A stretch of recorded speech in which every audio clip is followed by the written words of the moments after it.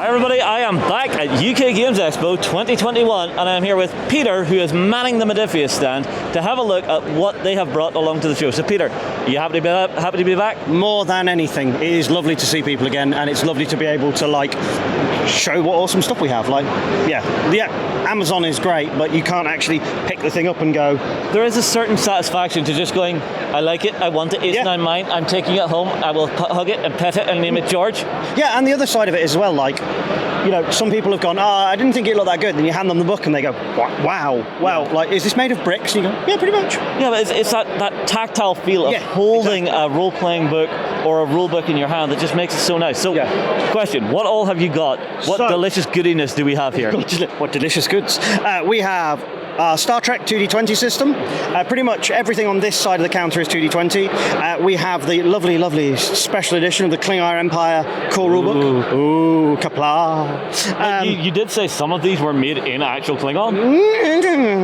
Can't confirm or deny that. But a rumor?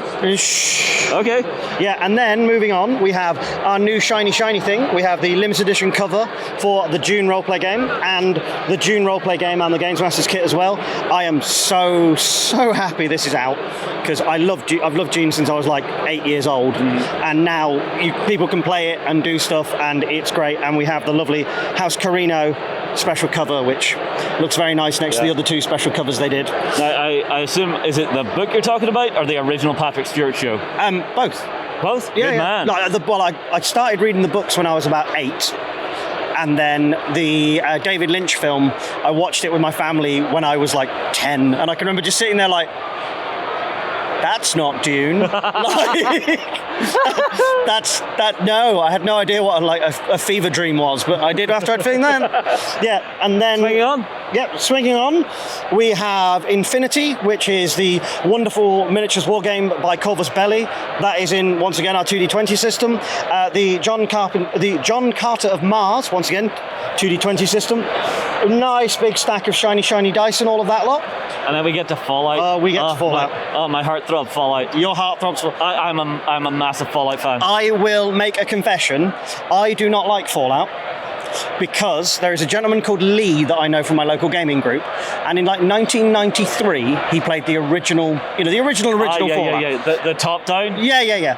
And pretty much ever since then, that is all he talks about. You can be like, oh god, I broke my finger, and he'd be like, oh, broken finger, eh? Well, I was playing Fallout Tactics a couple of weeks ago, and did you have a stim pack? Yeah, and it's just but no, that is 2D20. It's within the Fallout universe. Mm-hmm. It is a good game, I will begrudgingly admit. But for me, it's just... You got poison to the franchise beyond what's here. Exactly. We have the Dune dice, which... look at them. They're gorgeous. We've had people buying them just because they're dice collectors, and they're those are lovely. Along with a load more stuff. More Fallout stuffy stuffs, which is wonderful. Yeah. Being able to roleplay in Conan always makes me happy. Oh man, so the Conan system was the original of the 2D20 systems, and it just does it. So long as you're running it like Conan, so long as you're magic is bad, I'm going to go and hit a man and all that lot. Yeah. It works so well. Kill the snake god. Indeed. We also have the Dishonored roleplay game. Oh! Yes, and it is so... I have played the video game. I have not had a chance to look at this, I have to be honest. So Arcane was actually involved. Arcane was actually involved with making it. Nice. So it isn't just the guys just went, we'll just make stuff up. There was actual feedback from the developer. Nice. And it is probably about the best video game inspired roleplay game out there. And it takes the 2D20 system and just tweaks it enough to make it that bit special. See, the core system feels like you can re-engineer and tweak to actually fit whatever world you're slotting it into, which is so important for a good role-playing system. Yeah, and the other thing with a lot of them is that, if you run Star Trek, Star Trek episodes, it runs sweet as you like. So, chef's kiss. Yeah, if you try and do, Dungeons and Dragons in space, it doesn't work so well. Yeah, so you don't want a paladin, rock again, being all lawful good. Yeah, whereas if you've got a stern but honourable Klingon who okay, you've pushed me far enough that now we're gonna fight. Yeah, or you can play the arrogant one. Exactly, and then the narrative and the mechanics support it. Because do you know much about the 2D20 system? I actually have not had a chance to play it. We are doing more role-playing on the channel now. Fantastic. So I hope I get the chance to do some of this in the future. Cool, well, I'll see how fast I can crash course you through it. Basically, you have a stat and a skill. You add them together, and that gives you your target number. You roll 2d20, hence the 2d20 system, and you're attempting to roll under your stat plus skill. Okay.